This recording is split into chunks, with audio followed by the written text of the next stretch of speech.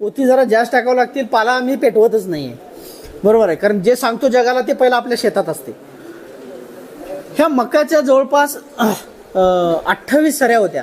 1200 रुपये का 1300 रुपयाला सरी न ती मका येऊन तोडून घेऊन जातात. म्हणजे काय आपल्याला करायला लागत नाही. बरोबर आहे ना. 30-35 हजार झाले की हो, दे की लिहून म्हणतात. तू काय द्यायचं आहे मला असं म्हणतात, तू काय लिहून द्यायचं मी बघतो काय करायचं. त्यामुळे व्यवसाय आम्ही एक गांडूळ खताचा बेड ऍडजस्ट करायला काय लागते सांगा बघू. तुम्ही बघून आला आता कल्याणवर बघून. हा केलेला आहे. किती महिन्यात? 2 ते 3 महिन्यात तुम्हाला खतच खत. आणि तुम्ही 12 महिने टाका ना. 1.5 महिन्यात 1 टन, वर्षात तुमचं होतंय की 9-10 टन.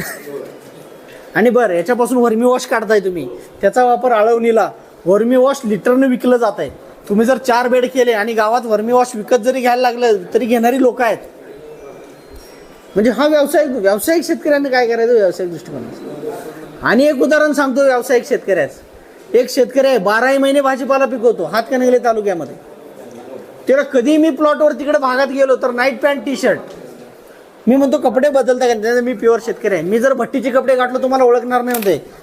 7 वळ्याचं कडच आहे माझं, 5 बोटात अंगठे असतात. पण आता मी कोण आहे?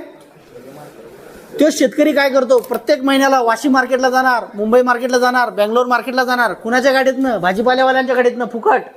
त्यांच्यासोबत एक दिवस जाऊन व्यापाराशी चर्चा करणार. पुढच्या 2 महिन्यात कुठला भाजीपाला लागतो, कुठल्याला मार्केट जास्त असतं, एवढं तंतोतंत अभ्यास करतं. आमच्यासारखे मार्केटमध्ये फिरणारे असतात. या पोरांना घेणार इकडे या वर्षी जास्त बी कशाचं विकलंय, म्हणजे वांग्याचं जास्त बी विकलं गेलंय का, काकडीचं विकलं गेलंय, ढबूचं प्लांटेशन किती आहे, अशी माहिती गोळा करणार आणि पीक घेणार. आज तागायत एक सुद्धा भाजीपाल्याचं पीक त्या शेतकऱ्याचं फेल नाही.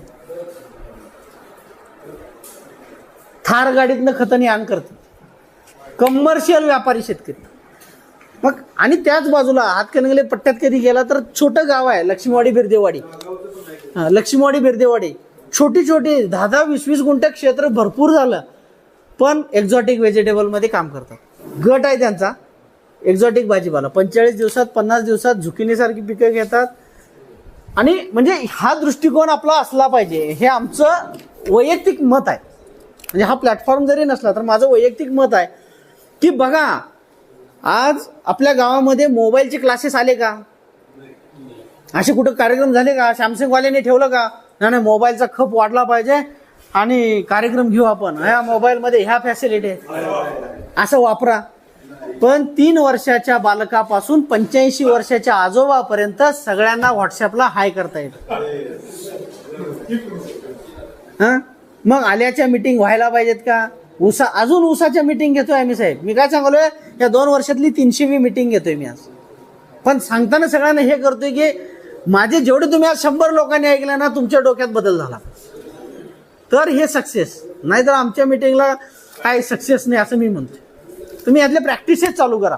शेतकरी प्रॅक्टिस बदलला पाहिजे. दुकानदार दुपारी 12 वाजता दुकान उघडतो का? संध्याकाळी 6 वाजता पाऱ्यावर येऊन बसतो का? मग तो व्यापारी आहे ना. मग शेतकरी सुद्धा व्यापारी झाला पाहिजे. संध्याकाळी 6 वाजता सुद्धा त्याला तोच प्रश्न पडला पाहिजे की मी आता काय चांगलं करू शकतो. आज एखादा चांदीचा व्यापार आहे, तो हुपरीला जाऊन येतो, इकडे जाऊन येतो, विट्यातनं चांदी खरेदी करतो. तसं माझा शेतकरी कडेगाव मधला जरा वडे रायबागला जावा, जरा पलूसला जावा. कुंडलमध्ये एका शेतकऱ्यांनी पपई पिकवली, 218 टन पिकवली 55 गुंठ्यात. त्याच्यापाशी तासभर बसावं, हा प्रयत्न केला पाहिजे. आता मी काल तुम्हाला सांगतो, काल ह्याच टायमिंगला मी दुपारी होतो पळशीमध्ये. पळशी हे ह्याच्या पुढं चोराड्याच्या पुढं पळशी नाही का, पुशेसाळ. 700 एकरवर बटाटा लागवड आहे.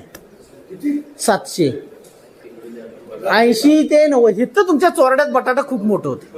शेनवडी, चोराडे, रायगाव फाट. बरोबर आहे, बरोबर आहे. आता मी तुम्हाला सांगतो, 80 ते 90 दिवसाचं पीक आहे. 60,000 खर्च येतो. कॉन्ट्रॅक्ट फार्मिंग होते त्या ठिकाणी. 18 ते 20 रुपये रेट फिक्स आहे. 2.5 लाख रुपये झाले. 50-60 1,90,000 रुपये 3 महिन्यात एकरात कोण देते? हाय कोण पंडित? फिक्स रेट आहे. MSP आहे बटाट्याला त्या कंपनीची. आणि आल्याच्या बटाट्याच्या बियाचा अर्धच पैसे घेते. मग इथून आपण किती लांब आहे? बसा एक दिवस काढायचा हो खास. मी काल 1 एकरचं बुकिंग केलंय. हातकणंगले तालुक्यात पहिला प्रयोग घेतोय. त्या गुजरातच्या कंपनीचे साहेब भेटले. साहेब म्हटलं माझ्या रानात नुकसान होऊ दे, काय 50,000 होईल, पण माझ्या रानात सक्सेस झालं तर या परिसरातले 500 शेतकरी सदन होतील. हा प्रामाणिक प्रयत्न आहे आपला. आज आलं तुम्ही बघता ना, 300 एकरवरचं किती कुठे गेलं आलं. मग हेच आहे हो, आपल्याकडे नवनवीन पिकांची ओळख करून देणे. आता असा शांतिकुमार पाटील या हॉलमध्ये बसलेला प्रत्येक जण व्हावा ही माझी इच्छा आहे. तुम्ही अजून लोकांना सांगा, आलं लावा, आंतरपीक लावा, बटाटा लावा, जे घेता येते ते लावा. काल मागच्या आठवड्यात आरग गेलो होतो. साहेब म्हटलं 10 गुंठ मी काय कुठलं पीक गवारी तोडून थकलो म्हटला साहेब. पैसे झाले. म्हणजे आहे ना 10 गुंठ्यात तो एवढी मोठी उलाढाल करायला. काय झालंय, आयतं सवय जे लागलंय ना, सकाळी उठल्यानंतर आपण देवाला बघत नाही, तर मोबाईल बघतो. म्हणजे कामाची सुरुवातच मोबाईल पासून व्हायली, झोपताना मोबाईल पासून व्हायला. किती प्रचंड मोठं नुकसान व्हायलंय. ह्याला सांगून लोक थकल्यात. आमचे इंद्रजित देशमुख साहेब असतील, आपले निवृत्ती महाराज असतील, सगळ्यांचं झालंय. माझ्यानं काही फरक पडणार नाही, पण एवढा फरक नक्की पडेल की शेतीत तरी तुम्ही पाय ठेवताना विचार करणार. एवढं करा. मी काय म्हणतोय, पुढच्या पिढीच्या हातात 7-12 देताना तरी विचार करा. पुढच्या पिढीच्या हातात 7-12 द्याल, कारण त्या 7-12वर पीक कर्ज मिळणार नाही.